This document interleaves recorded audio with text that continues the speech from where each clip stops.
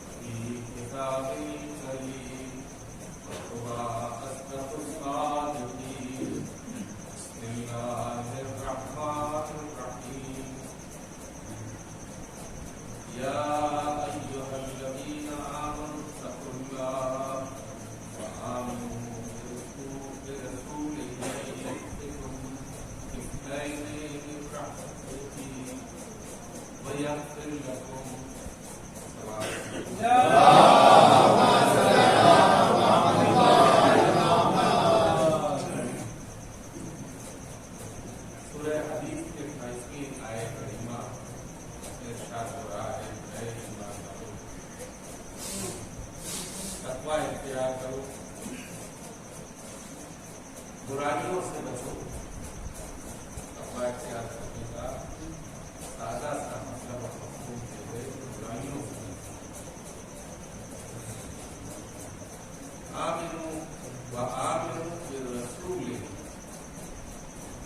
برائیوں سے بچو گے تو اس کے بعد کا مرحلہ ہے اپنے رسول کے اوپر، یعنی اللہ کے رسول کے اوپر ایمان. پہلے خطاب ہوا ہے یا ایھا الذین آمنوا، بعد میں یہ خطاب ہوا ہے اپنے رسول پر ایمان.